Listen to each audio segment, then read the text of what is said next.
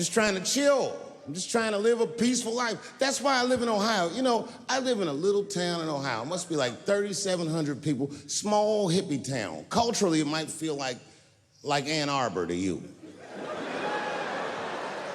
You know what I mean? Just a bunch of hippies and shit like that.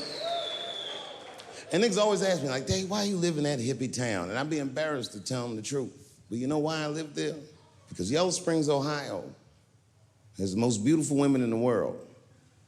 And a lot of people might disagree with me, but you gotta see them for yourself. They're gorgeous. But it all depends on what you're into, you know what I mean? I like white bitches with dirty feet.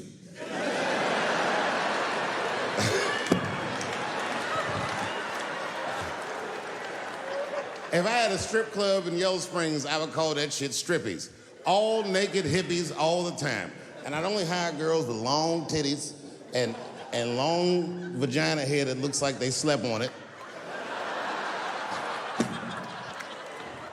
And I would keep a pile of dirt right next to the stage. I come back, bitch, get your feet in that dirt and get up there and give those people what they came to see. Chalk up, bitch.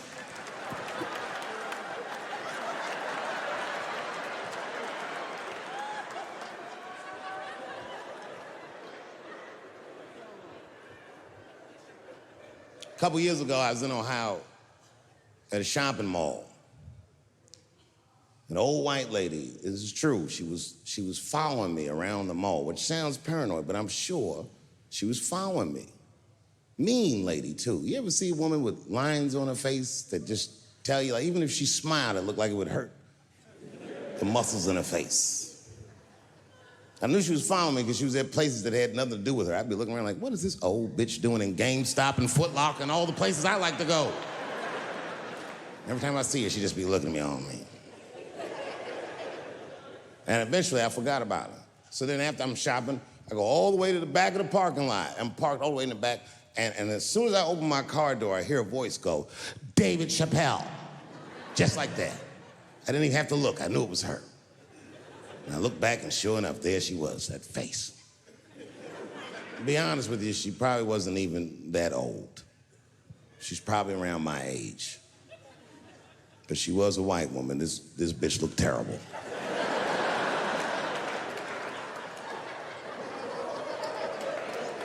Going all the way.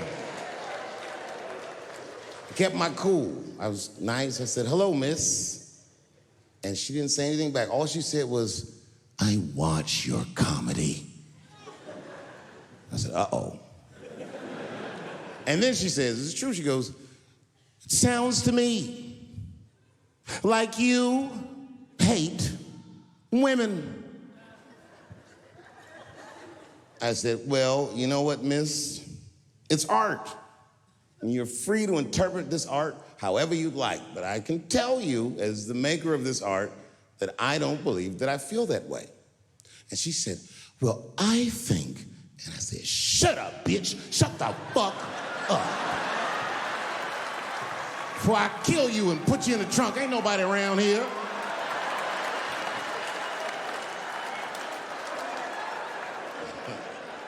I'm just kidding, I didn't say that.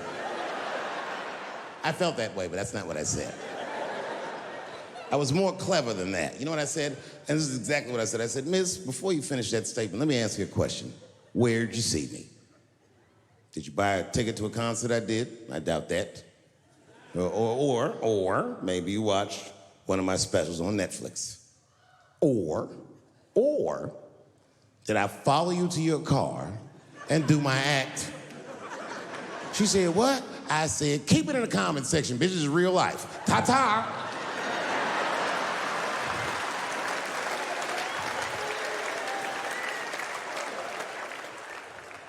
And then I drove off.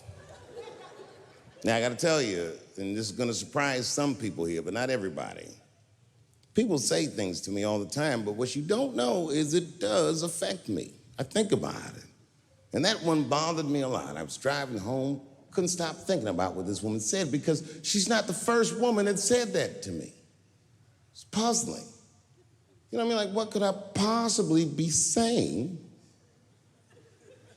that would make these bitches think I hate women?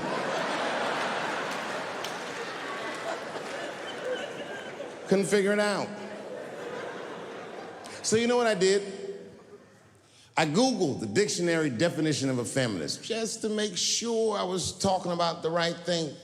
And do you know, sir, what the dictionary definition of a feminist is?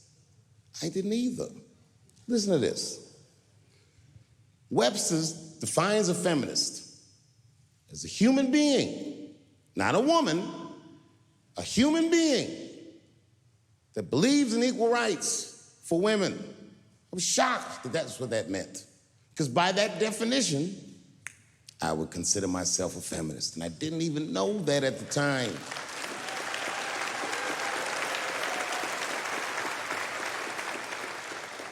All these years, I thought it meant frumpy dyke.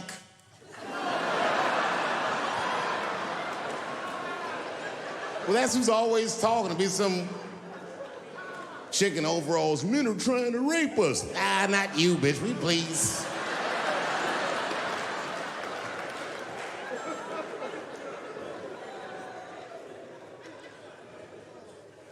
I know, look, listen. I support the feminist movement, I do, in my own ways. When you guys did the Women's March, I tried to go and support you. And none of my friends would go with me. I asked all the fellas, none of them wanted to go. I tried everything. Come on, y'all, it's gonna be bitches there. They was like, nope.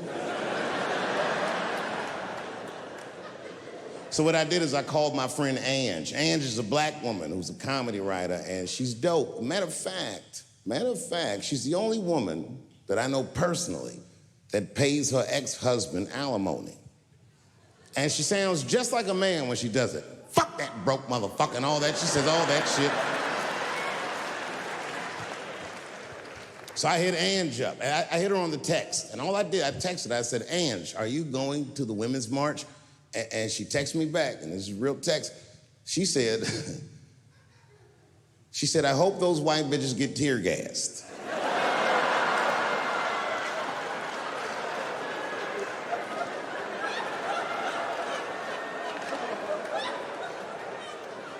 There's a problem in that feminist movement, isn't there? From its inception in America, there's always been a racial component. When Susan B. Anthony was having that meeting and Sojourner Truth's black ass showed up, read your history books. All them white women asked Sojourner Truth not to speak. They didn't want to conflate the issues of women's rights and slavery.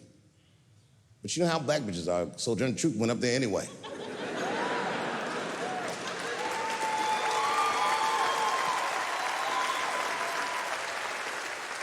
She did a famous speech. She said, ain't I a woman?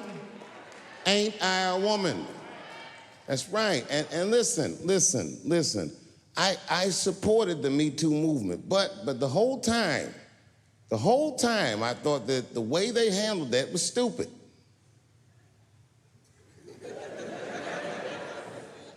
It was white. It was like, they were doing shit like going to the Golden Globes, and all of them would be like, let's all go to the Golden Globes and wear black dresses, give these men a piece of our minds. Bitch, that is not gonna work.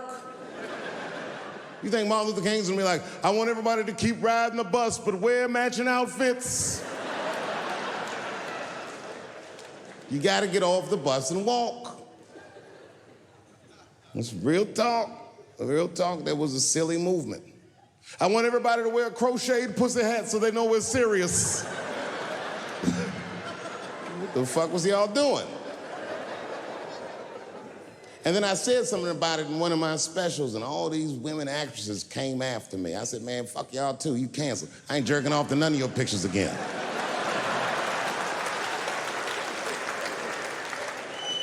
They were like, who is he to tell us anything? I'll tell you exactly who I am. I'm the one that got off the bus and left $50 million on the bus and walked.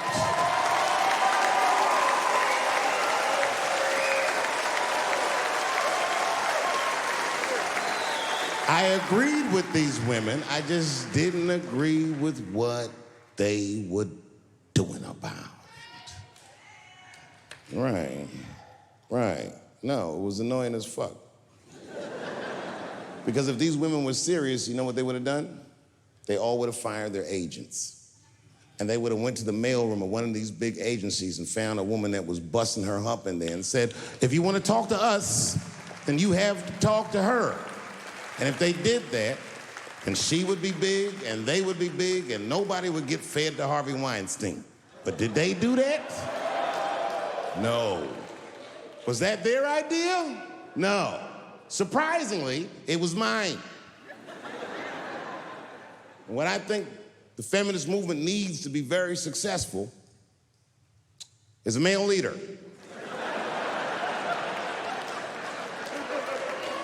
I'll do it. I will. I will lead you women to the promised land. I will make sure you get equal pay for equal work.